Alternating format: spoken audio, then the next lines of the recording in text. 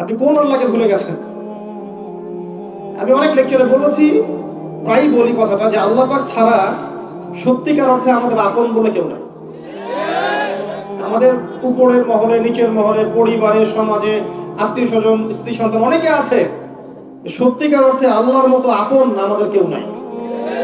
এরা সবাই যদি আমাদেরকে ফিরিয়ে দেয়, আল্লাহ পাক আমাদেরকে ফেরাবেন না ইনশাআল্লাহ। সেই আল্লাহকে আপন করে নেন, ইনশাআল্লাহ পরকালে নাজাত পেয়ে যাবেন। একদিন রাস্তায় চলতে গিয়ে দেখেছিলাম ফজরের নামাজের পর যে কোন একটা গাড়ি সম্ভবত একটা কুকুরের বাচ্চাকে মেরে দিয়ে চলে গেছে। আর ওই কুকুরের মা যে সে রাস্তার পাশে দাঁড়িয়ে বসে আছে, বসে বসে তার চেহারাটা এত মায়াবী, এত বিষণ্ণ যে তার ছেলেটা এখানে মারা গেছে। এই যে মায়া, একটা কুকুরের বাচ্চার প্রতি কুকুরের মায়া, ওই এক ভাগ রহমতের একটা অংশ। এই এক ভাগ রহমত আল্লাহ পাক আমাদের সবার মধ্যে দিয়ে দিয়েছেন।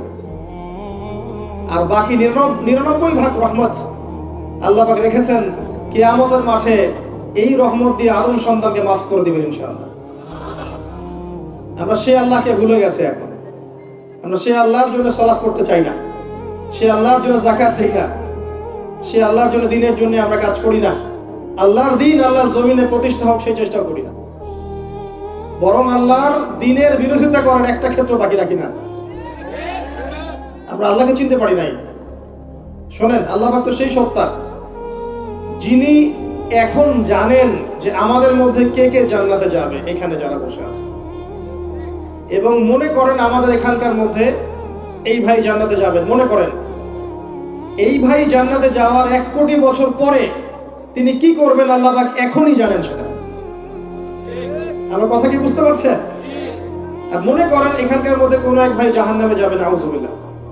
সে জাহান্নামে যাওয়ার কোটি কোটি বছর পর কি আযাব ভোগ করবে আল্লাহ পাক এখনই সেটা জানেন, রাইট নাও।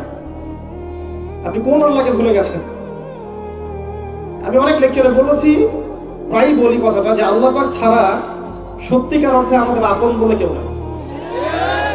আমাদের উপরের মহলে, নিচের মহলে, পরিবারে, সমাজে, আত্মীয় স্বজন, স্ত্রী সন্তান অনেকে আছে, সত্যিকার অর্থে আল্লাহর মতো আপন আমাদের কেউ নাই।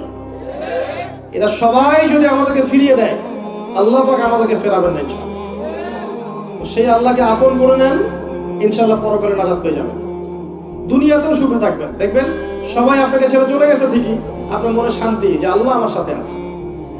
সবাই আপনাকে ভুল বুঝছে, দেখবেন আল্লাহ আপনাকে প্রশান্তি দিবেন যে আমি তোমার সাথে আছি, চিন্তা না। যাই হোক, আল্লাহ পাক ওই নূরের ফেরেশতাদের সামনে মাটির আদমের সামনে নূরের ফেরেশতাদেরকে সিজদা করালেন। এখান থেকে আমাদের সম্মানটা বুঝতে পারছেন? কিসের কারণে সম্মানটা পেলাম? ফিজিক্যাল গঠনের কারণে? কিসের কারণে বলেন তো? জ্ঞানের কারণে। আল্লাহ বলেছেন সূরা আলাকের মধ্যে, আল্লামাল ইনসান মা লাম ইয়ালাম, আমি সেই জ্ঞান শিক্ষা দিয়েছি যে জ্ঞান মানুষ জানতো না। আমরা সৃষ্টিগতভাবে জ্ঞানী ছিলাম না, আল্লাহ তার জ্ঞান থেকে আমাদেরকে জ্ঞান দিয়েছেন এবং বাই ডিএনএ এই জ্ঞানটা আমাদের মধ্যে ছড়িয়ে পড়েছে। এখন আদম আলাইহিস সালামকে বলা হলো জান্নাতে থাকো, তার সঙ্গীর প্রয়োজন ছিল। আল্লাহ পাক আদম থেকেই হাওয়াকে সৃষ্টি করলেন আলাইহিস সালাম। একটা শর্ত দিয়ে দিলেন। শর্তটা কি ছিল? ওয়ালা তাকরাবু হাযিহিশ শাজারা, এই গাছের কাছেও যাবে না। যেমন আল্লাহ অন্য সূরায় বলেছেন না, ওয়ালা তাকরাবু জিনা, জিনার ধার কাছেও যাবে না। একই রকম কথা, কিন্তু একই রকম। জিনার ধার কাছেও যাবে না, করবে না এমন না, ধার কাছেও যাবে না, এই গাছের কাছেও যাবে না। এখন আমরা যেগুলো নিয়ে ব্যস্ত, যে গাছটা কি ছিল ফলটা, তার স্বাদ কেমন ছিল, রং কেমন ছিল, এগুলো মোটেই গুরুত্বপূর্ণ বিষয় নয়। এখন যেমন আমরা এই উম্মার বড় বড় সমস্যাগুলোকে বাদ দিয়ে হাত কোথায় বাঁধবো, পায়ে পা লাগাবো কিনা, আমিন জোরে না আসতে, তারপরে হাত ধোবো কিনা, অনেক বিষয় আছে না, এগুলো নিয়ে পড়ে আছে। যেমন বড় বড় ইস্যুগুলো বাদ, ইসলামের বিরোধী শক্তিদের উত্থান, তাদের সুদভিত্তিক অর্থনৈতিক সিস্টেম, তাদের মিডিয়া, তাদের প্রযুক্তি, তাদের ডমিনেশন, তাদের মনিটরিং সিস্টেম, মুসলিমদের বিভক্তি, মুসলিমদের কিলিংস, এগুলো সব বড় বড় বিষয়গুলো বাদ। ছোট ছোট বিষয়গুলো, পপকর্ন নিয়ে এখন ব্যস্ত হয়ে আছেন। ওইটা একটা এরকম ইস্যু। ওই গাছটা কিসের গাছ ছিল, এই প্রশ্ন যে করবে, বলবেন এই প্রশ্নের উত্তর দেওয়ার দরকার নাই। মূল কথা হচ্ছে গাছের কাছেও যেও না। কিন্তু শয়তান যে সিজদা করে নাই তার নাম কি? ইবলিস। সে কিন্তু জ্ঞানী ছিল এবং এক পর্যায়ে সে ফেরেশতাদের সর্দারও হয়েছে। কিন্তু আবা ওয়াস্তাকবার, জ্ঞানী হওয়া সত্ত্বেও সে উদ্ধত হয়েছে, অহংকার করেছে। আবা ওয়াস্তাকবার ফাতাকুনা মিনাল কাফিরিন, সে কাফেরদের অন্তর্ভুক্ত হয়ে গেল।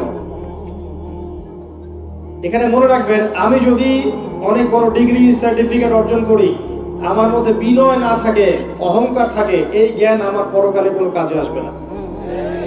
আমি যত বড় আলেম হই, আমি যত বড় দরবেশ হই, হ্যাঁ, হাফেজে কোরআন হই, কারি হই, মুহাদ্দিস মুফাসসির যেই হই না কেন, মানুষ আমাকে অনেক বড় কিছু বলে ডাকে, ঠিক আছে, আবার ডক্টরেট হই, কেমব্রিজ, অক্সফোর্ড, হার্ভার্ড থেকে পড়ে এসেছি, কিন্তু আপনার ভিতরে যদি অহংকার থাকে, কেবল থাকে, তাহলে আপনার এই জ্ঞান আপনার কোনো কাজে আসবে না।